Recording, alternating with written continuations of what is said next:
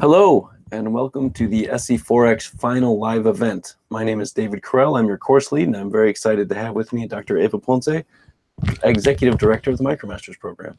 Hi, everyone, and welcome to the third live event for SC4x. Thank you for having me. Oh, of course. So we have, I think, a fun hour planned where we wrap up the course, we wrap up the fresh connection, and we talk about what happens next. So with that, I'm going to go to the presentation and start thinking about what happens next in SC4x. So our agenda is threefold: wrap up the course, talk about the last round of the fresh connection which you played, wrap up the whole MicroMasters, talk about the CFx, and then we should have some time for your questions. Please interact with us using Slido. So you have the link there. You also have it on the platform, and in your course email last night, you go to slido.com and you use hashtag SC4x to join in with us. There you can answer the polls that we've pre-populated for you, and you can also submit your questions. So it's a great way to make this an interactive experience. So let's wrap up SC4x, Supply Chain Technology and Systems. I'd like you to go to Slido now, if you would please, while I'm talking, and think about which topic interested you most in SC4x. We have a number of them here for you to choose from: database management, machine learning, ERP systems, transportation management, supply chain visibility, and new trends. And you might remember, if you watched our first live event, that we asked you this there too. And at that time, machine learning was very popular. I'll be curious to see how that comes out after you've taken the course. Personally, for me, I think database management is really fun, but we want to know what you think. So please take a look. Excellent. Remember, go to the slido.com and include the code SC4x. Great. So our course is really divided into two sort of blocks. Block one has the database management part, where we talk about data modeling, normalization, and machine learning. And block two talks more about the software systems, how we choose which vendor, how we implement new software systems, and new trends and technologies. Now, I think there's two ways to think about this. One way that you might think about it is before the midterm and after. But another way is, in the first block, we're learning how to collect and appropriately store our data. And in the second block, we're learning all the powerful things that we can do sort of once we have a system set up. Okay, so I don't see anyone connected to Slido. Let's see if the technology is working for you guys. Go to slido.com and include the code SC4x. Capital letters does not matter, so you just need to go and include SC4x as a code and see if this is working for you. And in the meantime, we can continue with the presentation. Sure. Yeah. Just wanted to see if anyone is weird. But let's see. Yeah, it looks like we have some viewers. So if you are viewing, please vote. There's no wrong answer. You can use your cell phone, you can use your laptop, you can use any mobile device to do that. Yeah. And the questions are easy. Very easy. Okay.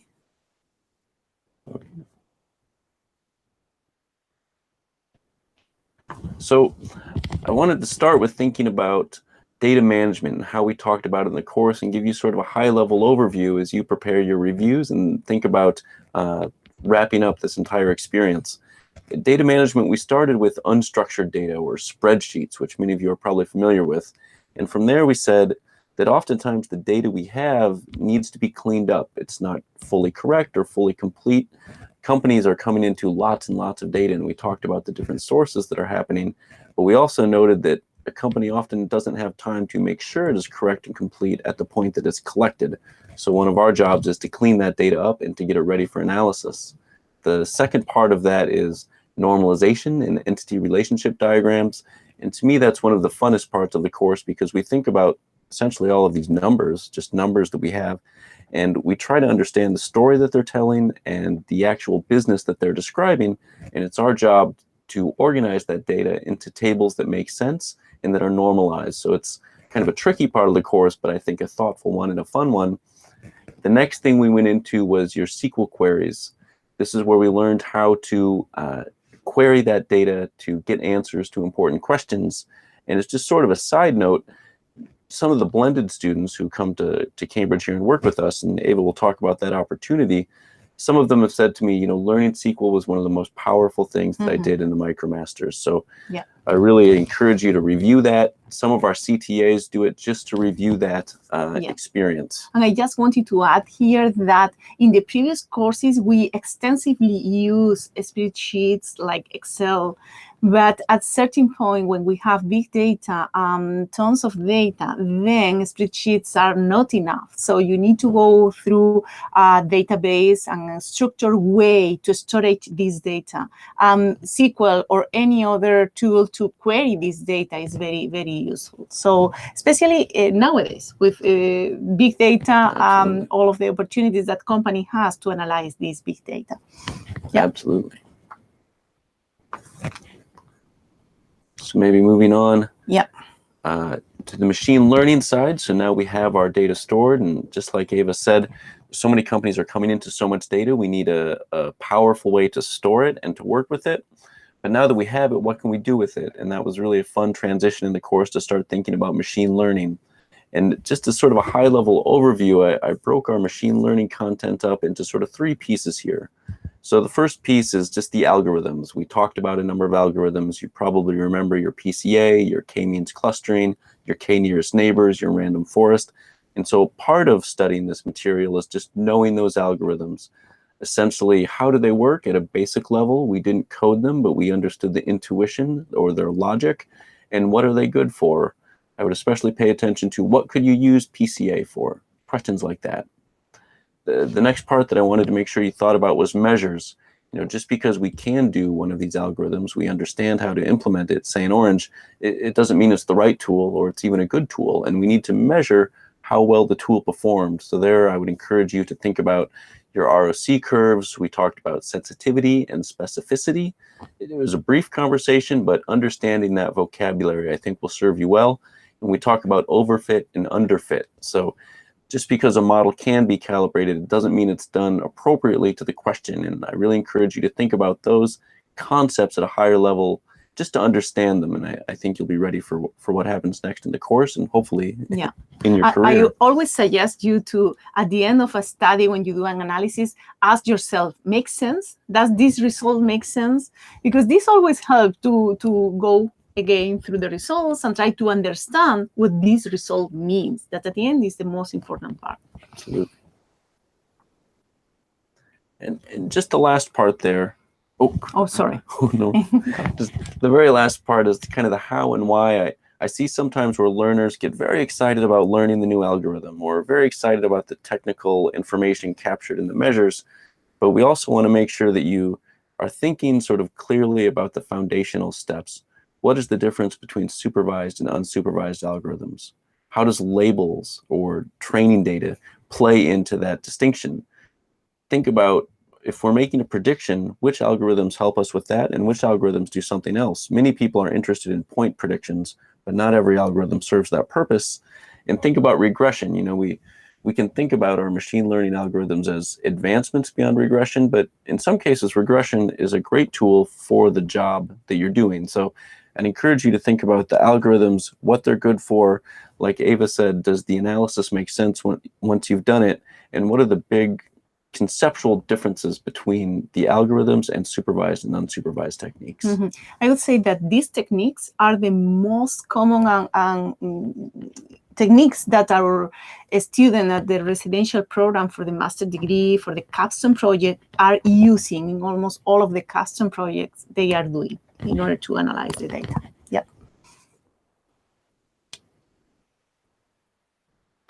So then after we talked about that, sort of in the second part of the course, we talked about another reality of working in supply chain management, which is software and working with these major software systems.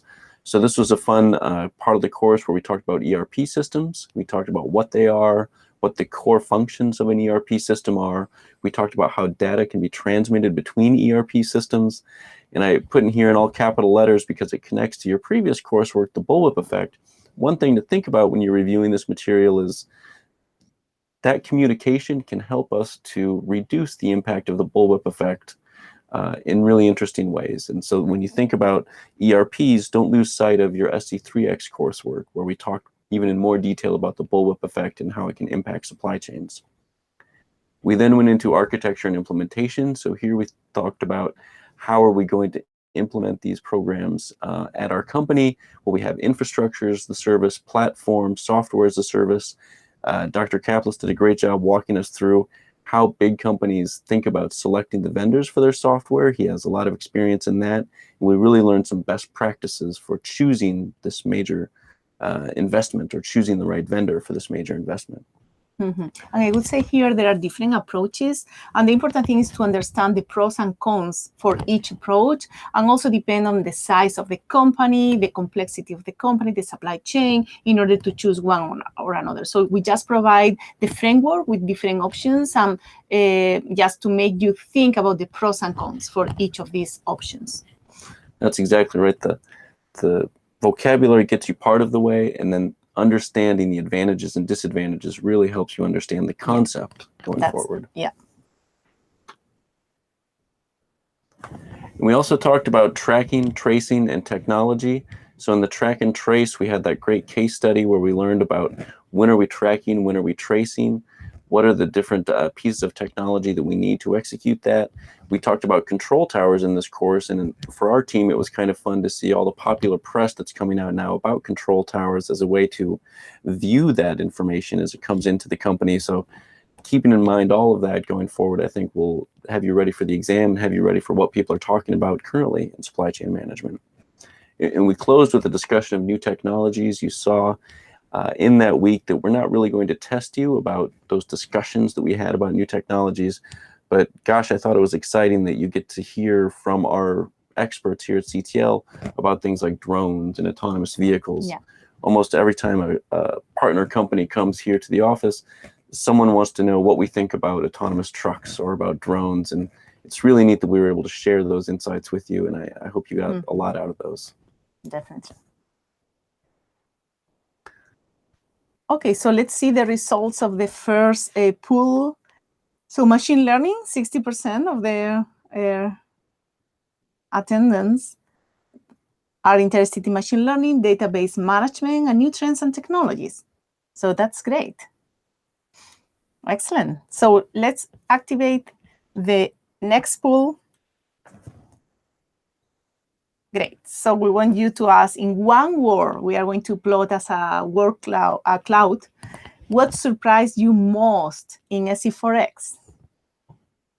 Anything new, anything that you didn't know about that really excited you or surprised you, we'd love to know what it is. So. Anything you didn't expect? Yeah. Please let us know. Let us know. We are very open to any feedback. Absolutely. Kind of feedback. Always working to make the course better. Don't be shy to share your feedback with us. So let's see. Yeah, they are starting with the poll. Great. Yeah. So while you're filling out that poll, please let us know what you thought. I'm just going to talk a little bit about preparing for the exams, and then what happens next for you career-wise, specific to the SC4x content. So I know you're thinking about your exams. You have your SC4x final coming up. It opens on July 4th. We're in our prep week now, and many of you are ready for the CFx, and Ava's going to talk a lot about that. So thinking about preparing for exams, I'd encourage you to revisit your graded assignments and practice problems. Those are really helpful for understanding what could be asked of you and giving you a chance to practice executing those tasks. Definitely review your key concepts document. That's a great overview of all the most important points organized in a very distinct way so that you can sort of look through and see what the main topics covered in the course were. I put here also understanding over execution. You know, I think with some of these topics, it's easy to think, well, I'm going to be a master of SQL and be able to do very complex queries, which is a great skill to have, but it's not the skill that I think we'll be testing you on as part of this course. So in this course, we really want to know that you understand, as Ava described, the pros and cons, the concepts, but I would discourage you from thinking that being too masterful of a particular technique will get you a higher score. When you're preparing for these exams, you want to make sure you have a broad understanding of all the concepts and can execute these techniques at the level asked of you in the graded assignments and practice problems. And then in the future, you can build to that expertise or mastery of certain techniques. And the last part, sort of pack your toolbox. What I mean here is that one of the really exciting things for me about being a part of this team and being the course lead here is that I know that all of you who studied hard and took this course can now do things in your career that you couldn't have done when we started in April. And that's the goal of every teacher. So being a part of that, knowing that now you can take this database management, this machine learning, all of this knowledge about software out into your careers is really exciting. So also, please think about all this material, not just as how it relates to the test, but what you're going to do with it in your life. And I think we'll be really excited to hear from you if Definitely. you do. Yeah, spend some minutes just to have your takeaways for this course and write these takeaways. And I found myself very, very useful to do this kind of thing, especially in the future when you need to go back to your notes.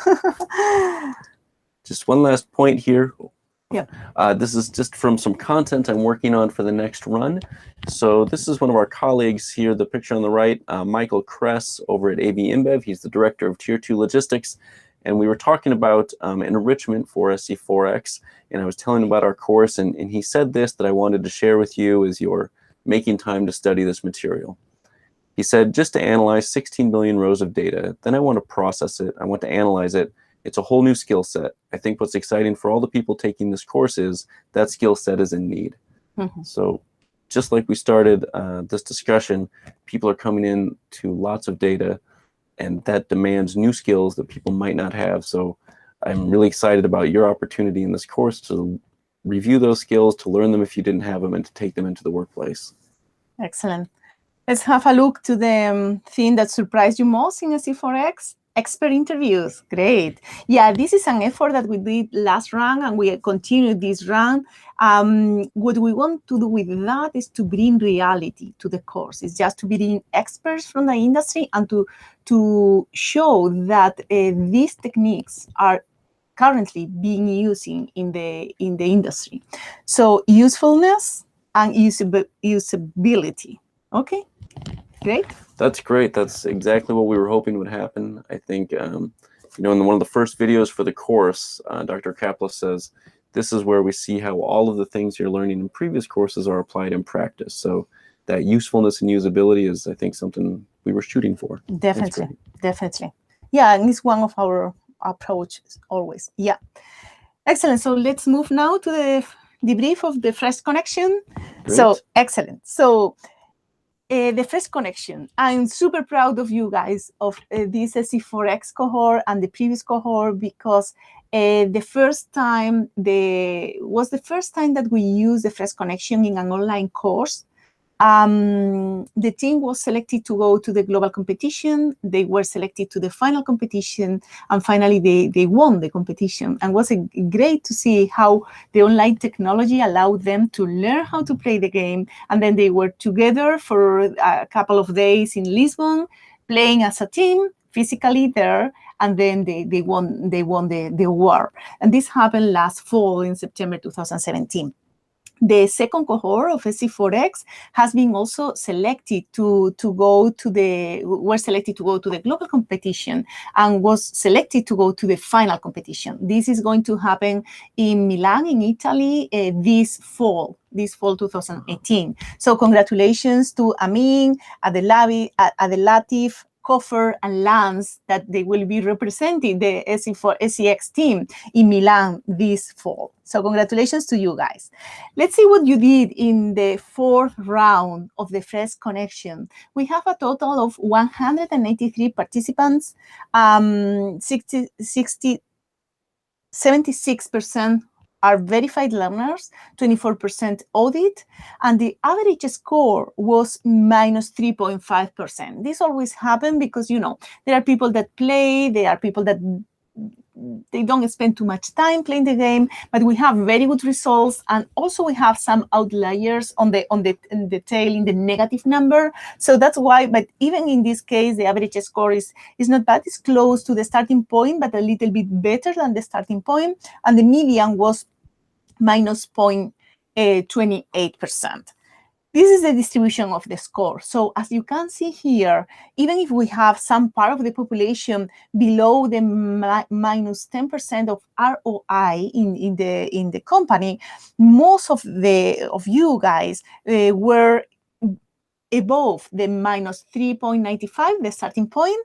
An important part of the population was over 0%, which is, we consider that a good result. If we have a close look to the result, almost 70% improve. They take different actions, and in the round 4, improve the initial scores. 53% score more than minus 1% of ROI, and 43% more than 1%. And this, as I mentioned, is a good result. As you know, in this game, decisions are interconnected, and sometimes I take one decision in one area, but the impact of this decision in one area can improve this silo of the company, but the impact on the ROI, since this have also impact in other areas of the company, is not the one that you were expecting. And this is all about the game. The game is all about the interactions, how the decisions in certain areas of the supply chain impact in another areas in the profitability of the company. So let's have a look now to the top scores for this round number 4. And we have here the 3 top players. We have Escudero, we have Rashad, and Rafa Huesca. These are the players that play the Fresh Connection for the very first time. I know that there are some people that play for the second time. You did the last run and this run again. These people score very, very high and has very good. But to be fair with those that just take for the first time, I just pick those that take the game for the first time, and this was the maximum score. 8.9% is really a very good result for the Fresh Connection. All of you were above the 7%. I also went through the average score for the 4 rounds. Definitely, and this is a game.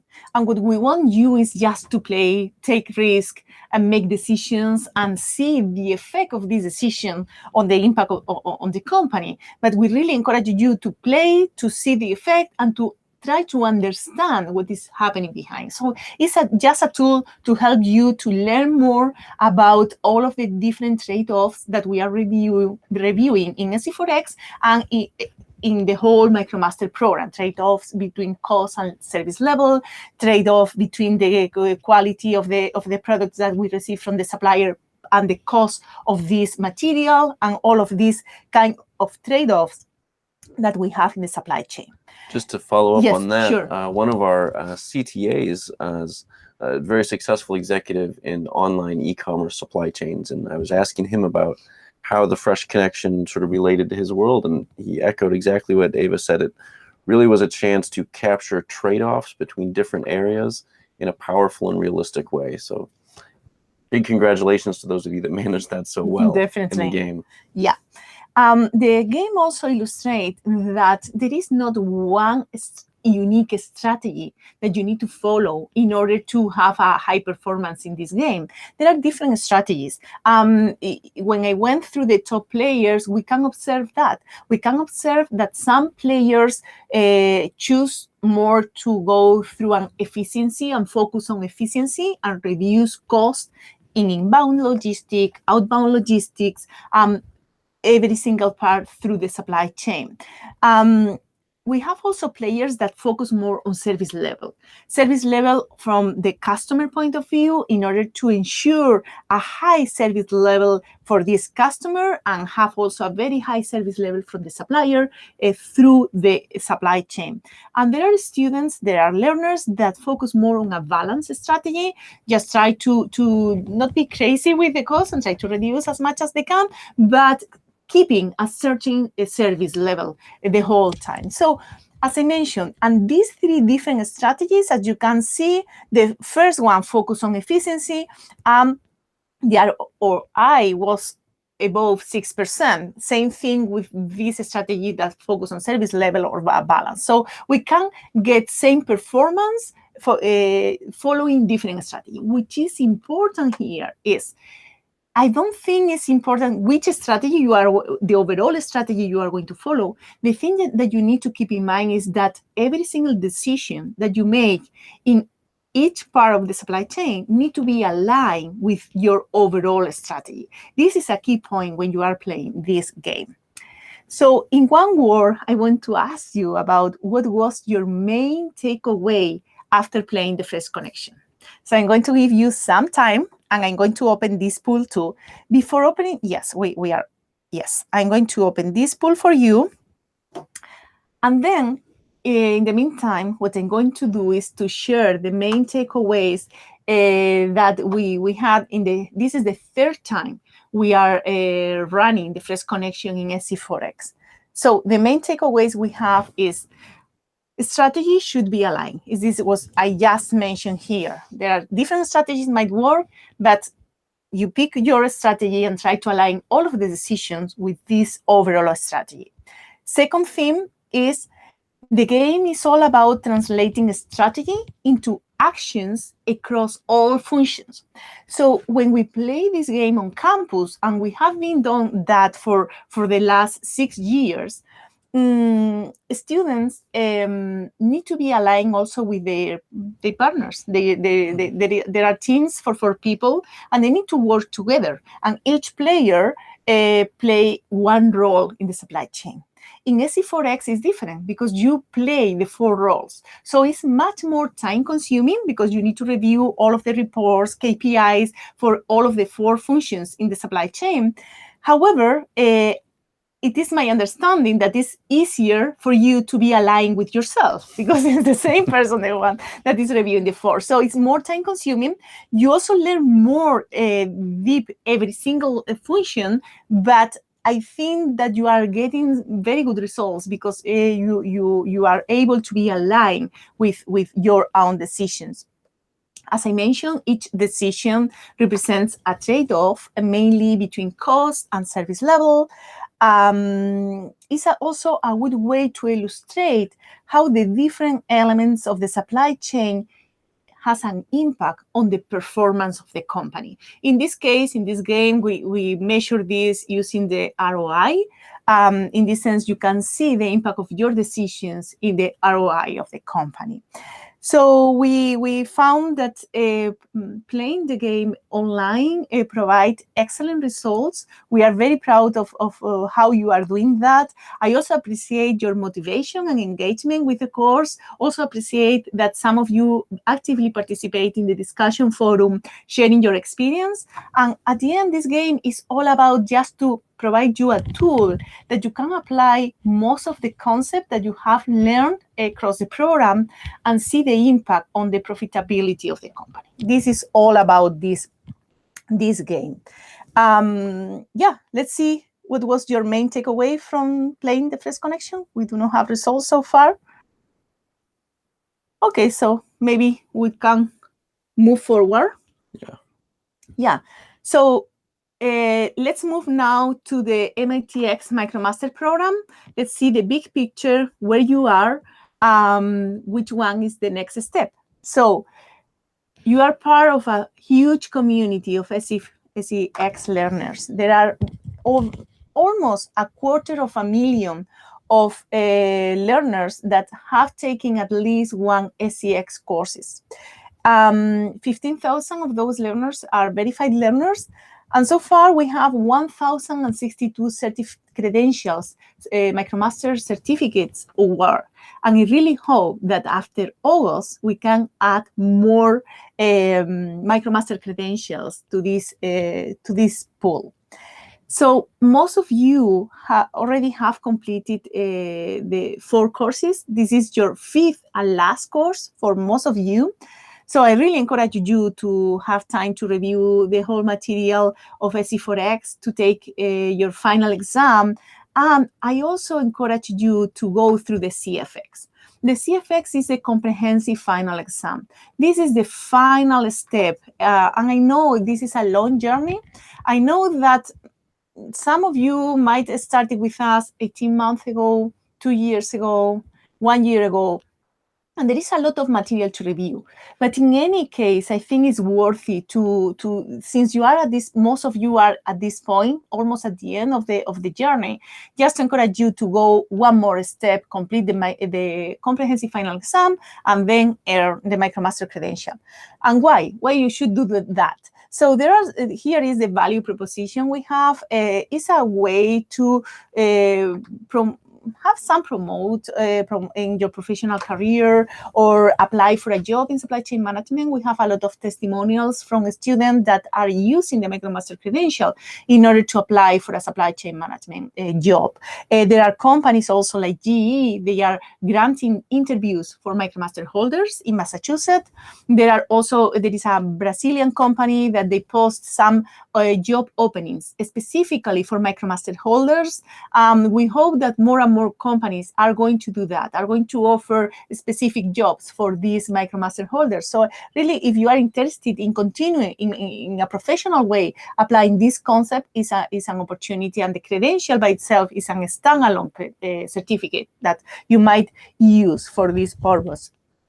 Also, is a pathway for a master degree, a master degree here at MIT, and also in any other university that are recognizing the MicroMaster as a pathway for credits. Currently, there are more than 10 universities in all over the world, all across the world. There are universities in Australia recognizing the MicroMaster credential, Queensland, Curtin University, at Deakin University.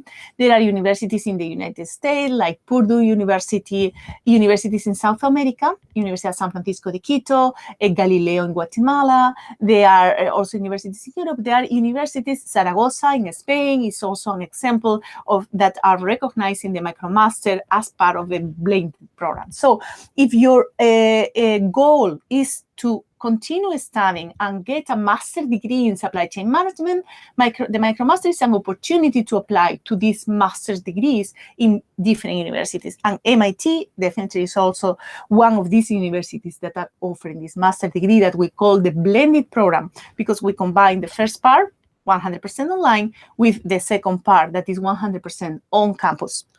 Just to sort of echo that, this is such a neat thing. The MicroMasters itself was really an innovation and an exciting one. And then the blended program. So for you learners who have enjoyed the content, I think it's a great opportunity. And just to echo Ava's encouragement for you to join, it's such a neat way to learn the basics. You can learn things like mixed integer linear programs at your own pace here with one of our courses, and then come to campus and enrich that in a really engaging environment. So if you're thinking about it, I would highly encourage you to do it. We have great fun working with the blended students here in Cambridge, and there's opportunities all over the world. So please give it a thought. It's a really neat thing. Yeah. Then you are going to be part of this SCX community. We have study groups, we have meetup groups in many different cities, in Singapore, in Chicago, in Hong Kong, in Lima, Peru, in Spain, in many different cities. So really encourage you to be part, be active, and take advantage of this huge community of SCX learners with one thing that is in common, that is this passion for the supply chain. So I think this is something that definitely keep in touch with us and with the community. So the next step for you guys, the first, as we mentioned, is to take the final exam in SC4x and do a great job, because you need to pass SC4x as a verified student in order to be eligible for the CFx. So the CFx, what is the comprehensive final exam? Is the final requirement to earn the MicroMaster credential in supply chain management. And we are doing that because we need to ensure the value of this credential. As I mentioned, it's a standalone certificate you can use to go to the industry and say, hey, I have this knowledge in supply chain management, and companies are hiring you because they rely on this institution, on this credential, on this certificate. So it's very important to guarantee that the person that earned the certificate has this knowledge. So this is one of the main purposes. The CFX is a 100% assessment. So that's why we don't share the solution. That's why it's just a pure test in order to earn the credential. The next CFX is scheduled for August 24-27. We will open the exam on Friday, August 24 at 1500, and we will close the exam on Monday, August 27 at 1500 UTC. It's going to be, as always, a time exam. Yes, it's going to be also a proctor exam. And I'm going to talk a little bit more about what is a proctor exam. But all of you guys had, the verified learners, the opportunity to take a proctor exam in SC4x. And we did because we really want you to be prepared for the CFx. So this was a way to have an actual and real experience taking a proctor exam that we know is sometimes painful. There is a lot of rules, but we need to go through these rules in order to complete the credential. So who can take the CFx? Only those students that has completed by the day that we are going to enroll and verify people for the CFx, those that has completed the 5 SCX courses as a verified learner. You need to pass and complete as a verified learner the 5 SCX courses in order to qualify for the CFx.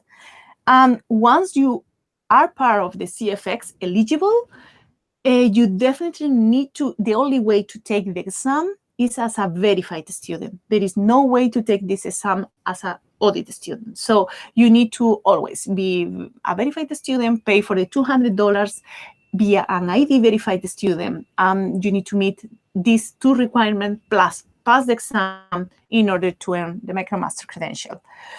Okay, so my question for you is, are you planning to take the next CFX in August? So let's see if you are planning or not to do that.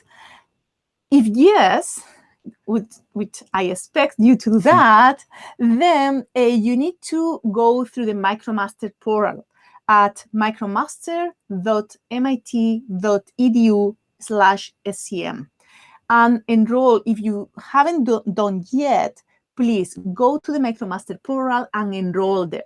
We are going to communicate with you through that, and we also want you to be in this portal because now most of you are at the end of the journey, at the end of the program, and the MicroMaster portal is intended to be the space to facilitate you discussion forums, to facilitate you a space to be in touch with the SCX learners community.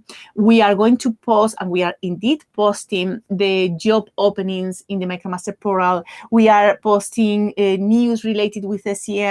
We are posting the recent news about the blended student. Whatever is happening around the SCM community, we are posting there. So I really encourage you to be there, independently if you are going to take or not the CFX, just to be in touch with the SCX community, and especially if you are taking the CFX. So the plan for the enrollment.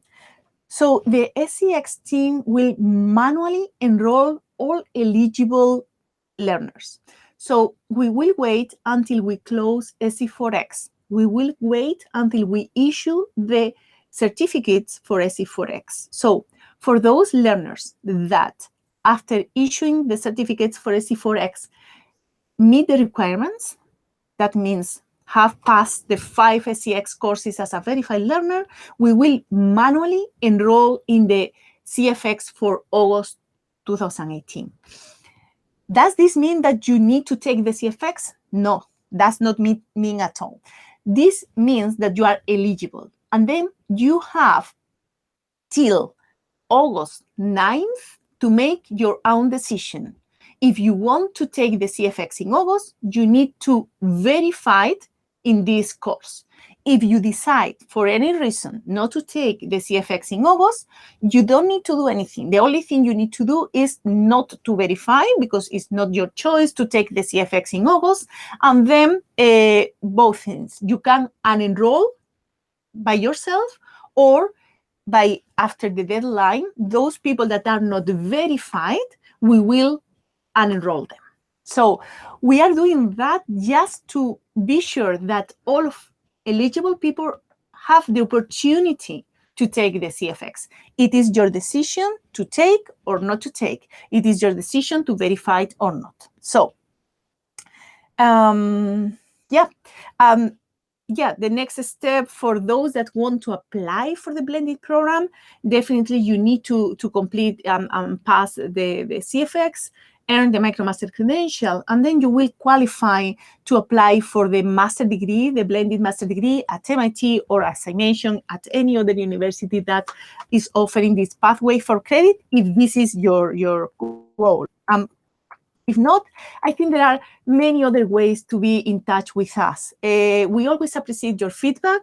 Do not hesitate to contact directly to Dave, to myself, to Chris Kaplis, and share with us your feedback, how you think that we can improve the program.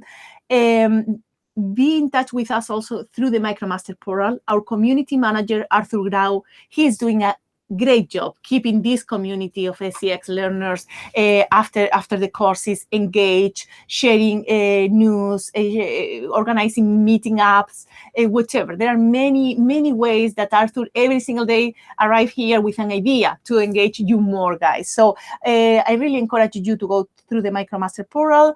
You can still collaborate with us as a CTA, Community Teaching Assistant. If you're interested, don't hesitate to send a note to us, or to apply through the form we have. As an ambassador is only for MicroMaster holders, but those that are MicroMaster credentials holders, we also have a program in order to invite you to be our ambassador and to share with others what you learn, your takeaways about the program, and let others know about this program. And we also have boot camps. Now, this August, we are offering a boot camp here at MIT. This is just 1 week in person to allow those students that want to have the MIT experience to come on campus and learn more about that. So there are many different ways to be engaged with us. So please be in touch. Now it's time for questions and answers. So maybe the first thing I'll look at and we'll ask Ava to speak to is you've responded to the question about if you will be taking these upcoming CFx, and our results look like 67% yes, 33% no. Those of you that are no, maybe, what do you tell them? Yes, for the no's is definitely there are many reasons. Sometimes are personal reasons. Sometimes you have an important event in your life that you cannot miss. Last year we have people that it was the wedding during this weekend. It was like, oh my goodness, I cannot do that. But there are many different reasons. In any case, I want to mention you that this time for the CFX, the whole team, we have prepared new material that in order to help you to review the content. So Dr. Kaplis, myself, we have prepared wrap-ups videos for the 5 courses just to try to help you to say, hey, here are the main key concepts, have kind of a review of this main concept in order to help you to go through the whole contents that you need to review. We are also offering this time a practice test. We have included in this practice test actual exam questions that we use for the previous round of the CFX. You will have the opportunity to download the software, the Proctor software, to take this practice test as a kind of real test, because you are going to be proctor. You are not going to be proctor because it's just a trial, but you can reproduce exactly the same scenario as the actual proctor. Download the software, scan the room, verify your identity, and then go through some of the exam problems that we prepared for the previous round. You can, and I really encourage you to do that, to try to solve by yourself. And then after that, and after be struggling with some of them, why not? You will have some problem-solving videos that the staff has prepared for you. And this is just an example of how we think is a way to solve this problem. We also provide some tips in order to help learners to complete the CFX and to go through the process. So this is the material we just recently prepared for you in order to make the process a little bit less painful, maybe, and just to help you with the review of the contents and also the review of the rules and all of the things that involve to have a proctor test. I think, To add to that, I would just say those of you that said no, it could be, maybe not all of you, that you're worried that it's very hard. And I do think the exam, challenges you as it should, and people that pass should feel very proud.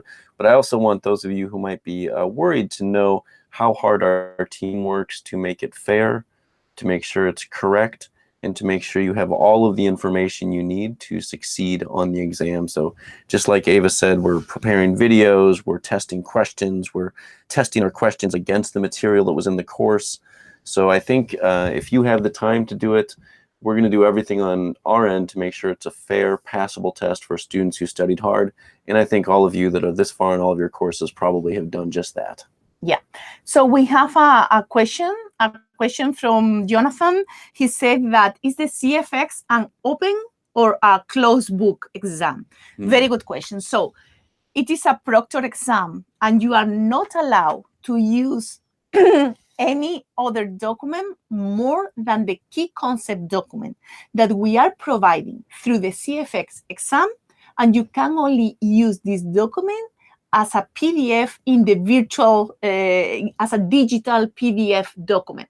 You cannot print the key concept document, and you cannot have any other document in your desk. So it's more kind of a closed book exam.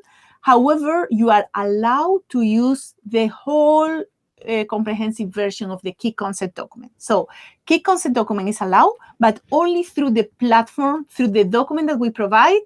You can download the PDF, or you can just open it directly through the platform, but you cannot print it. In terms of software, you are only allowed to use Excel or LibreOffice. That's all. Definitely, we are designing the exam taking this into consideration. So we are not going to ask for things that you need extra or additional software, because we are not allowing you to use any other software. I really encourage you to go through the rules. The rules are very clear. The things that you can do and you can't do are very clear. So during a proctored exam, that's why the proctored exam is a 2 hours exam. Exam 1, we stop. Then we have the second 2 hours exam. During these 2 hours, you cannot leave the room. You cannot use your cell phone. You cannot have a cell phone or a mobile device in the room. And you just need to be focused on your exam. You need to open edX, open the course, open the key concept document through the CFx course, open Excel or LibreOffice, and go through the exam. Just 2 hours, that's all. I would say that any other thing that we didn't explicitly say that is allowed, you need to assume that is not allowed. Sometimes I receive emails like, can I have a soda in my room? No, all of the things that are not included in the material that is allowed to use are by default not allowed. So yeah, there are some rules. Need to be very strict. It's a massive course. It's a proctored virtual test, and it's a 100% test. So we need to be strict for that. And I think it's a way to add also value to the certificate. We need to ensure a rigorous assessment. So that's why we are doing that. And after that, we will celebrate. So great. Let me follow up with just a couple more points from Jonathan. So he asked a question here about supervised versus unsupervised. That's a great question, and I think you're really zooming in on the kind of things we might want to be sure that and we might assess you on. So there, I really encourage you to think about labels. Remember, in a supervised situation, we know how the outcome variables are labeled. And in an unsupervised situation, we're looking for those new relationships. So review the key concept document, review the algorithms, but I'd encourage you to think about, do we know what the outcome targets are? In that case, we're supervising, or are we trying to understand them? I think approaching the problem that way will help you understand what the algorithms are trying to do. Yeah. Also wanted to follow up with a comment here on the YouTube. The best thing about the course is learning how to handle the software. So thank you so much for that comment.